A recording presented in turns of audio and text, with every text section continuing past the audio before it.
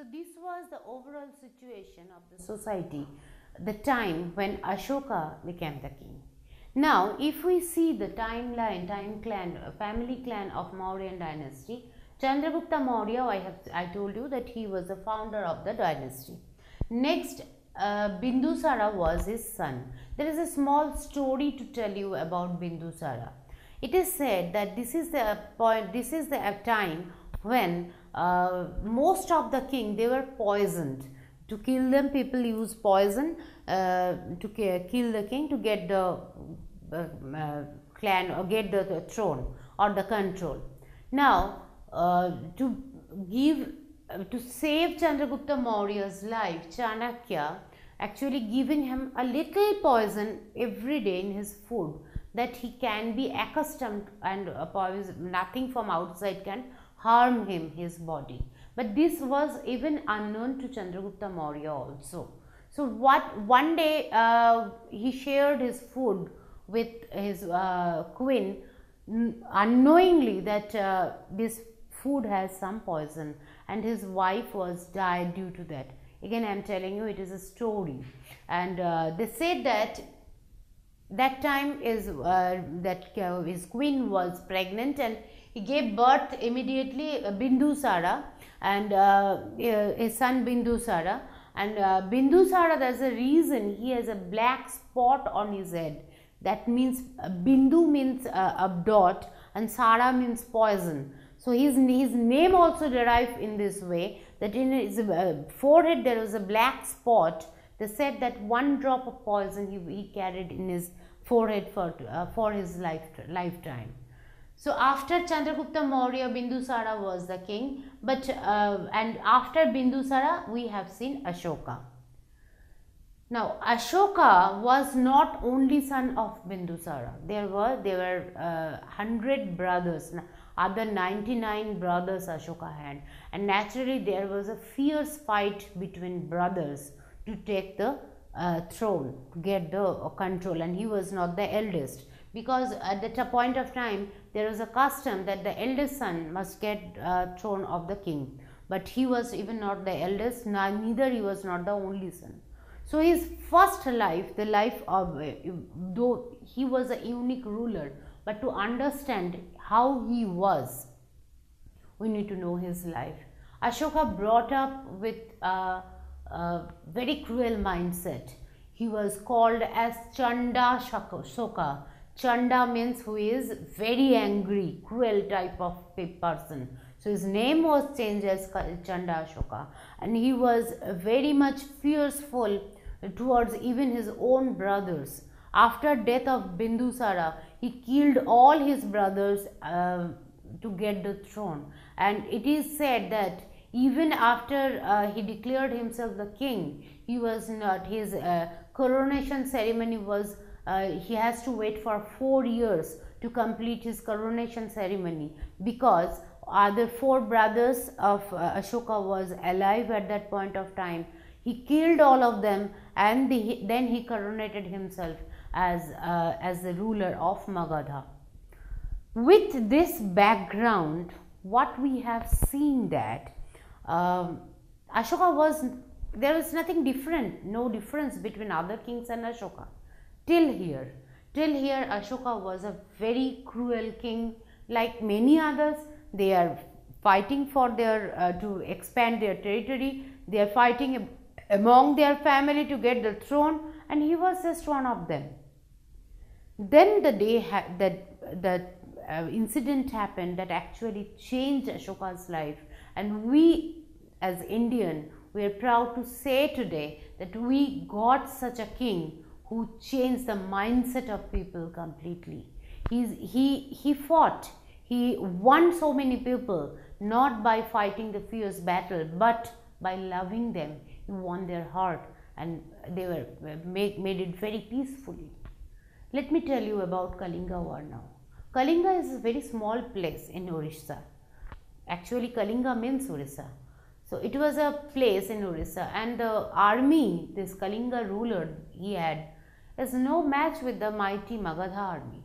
It was at all no way. It was just to stand even in front of the Magadha army.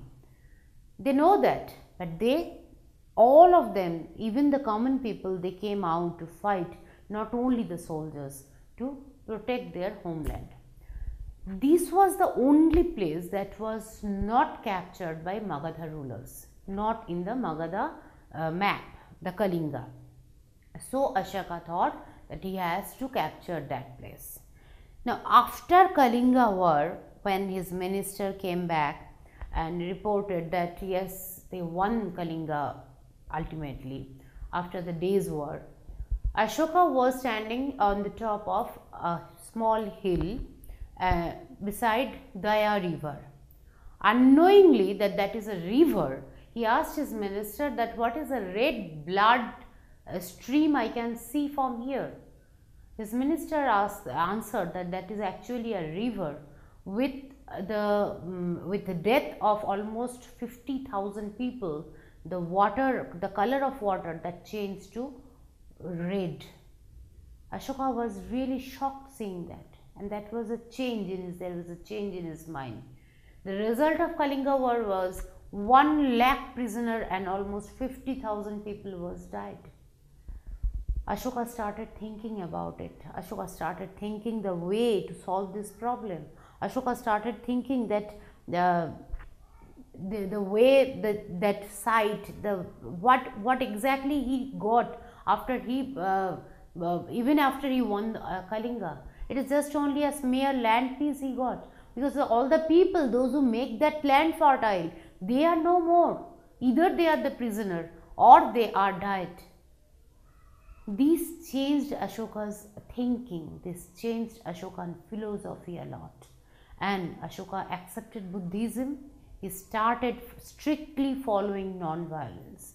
Now, here also we have not seen any difference. Many kings we find that they afterwards also will find that they gave up warfare, and they themselves they started following a particular religion. Now, even this is not the end. Ashoka not only he accepted a new religion and accepted non-violence in his life, he started preaching it, spreading it to all his people. Maybe in one point of time, it is not only his own subject, but it spread even outside that. It spread outside India. How it happened, let us discuss on that. Ashoka spread a new ideology, way of behaving, that he named as Dhamma, Ashoka's Dhamma. So Ashoka now was Chandashaka. After Kalinga War, we started calling him as Dharmashaka, who is following dharma or religion religiously. He started spreading an idea how to behave. It is a code of conduct. Ashoka's Dhamma is not any religion. It was influenced by Buddhism, definitely, because he accepted Buddhism in his life. But it was not any religion, Dhamma. The original word is Dharma, that means religion. The Prakrit word of Dharma is Dhamma, and Ashoka called his code of conduct as Dhamma. Here he asked his children, that means his subject. He used to call his subject as his children, that he is the father figure, and he has to look after all his subject equally.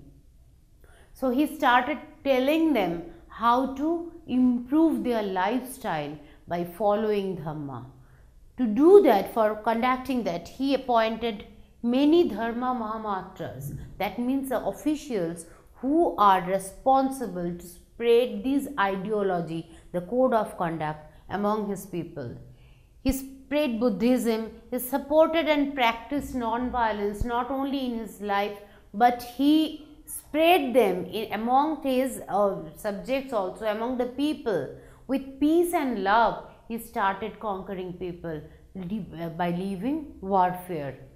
Now, this is the time when we have seen that Ashoka started developing his cities. It is not only that he is religious and he is just concentrated on the religious matter.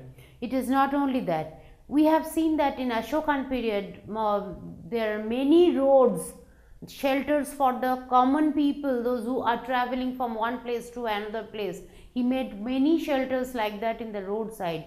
He made many roads that people can move from one place to another place safely. He provided that safety to the travelers. No more, and as mindset of people, he was able to change the mindset of his subject. We have seen that number, the theft, robbery, these also was reduced. It was almost, it was not there. People started believing each other. People was honest. They started behaving honest and kind to each other.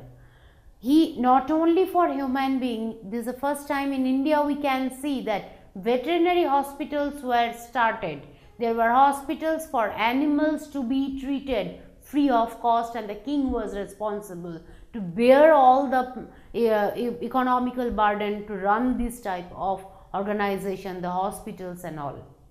Ashoka has done a lot to improve our country, his own places. But we have seen that many of the inscriptions also was they are actually was there, and they are actually the great source of knowing about Ashoka and what happened at the time of Ashoka, because Ashoka was responsible to give reasons to his subject. It is not that by an authoritarian ruler he just ruled that place, but he has written down, he ordered his people to write down the reasons why he left warfare and what is his new ideology and how it can be spread, how we need his subjects to help them, help each other as well as to help king to spread it. He spread Buddhism outside India. He sent his own son and daughter Mahendra and Sanghamitra to Sri Lanka to spread Buddhism. Other than Sri Lanka, even far away China also, he sent his representative to spread Buddhism. And now wherever in the world other than India we can see Buddhism, we can see direct influence of King Ashoka to spread it outside India, and to help people to think that it is not warfare that can make people gain and be happy. It is in other way also, by gaining confidence of other people, by gaining love and their peace and spreading peace also, people can win many places without even a single bloodshed. Indian history is enriched from the time of Ashoka, as he has we found many edicts and inscription. The Sarnath pillar, the one you know as Ashokan pillar, the Ashok Stambha and Ashok Chakra, that is our national symbol. We are using, you can see that everywhere, even in our national flag and the currency notes we are using. That is because we gave that respect to this king, because this king actually changed the ideology and represented the true ideology of India. Now, after ruling for 40 years, at the age of 72, in 232 BC, 232 BC, Ashoka breathed his last. He left behind a legacy of an able ruler who won millions of hearts, not even by just only following a single truth of life, non-violence. And he spread that not only in India, even outside the India, because that was the main thing we can say about India, that is non-violence. India never invaded any of the countries, though it was invaded by many of the countries, but India never invaded any of the countries from the prehistoric time till date today.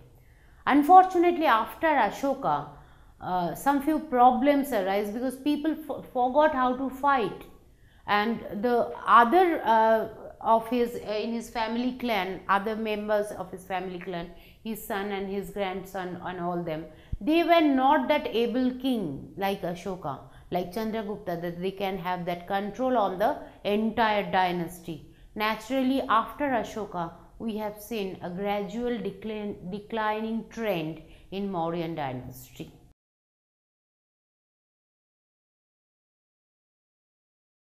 If you like this video, please give a thumbs up.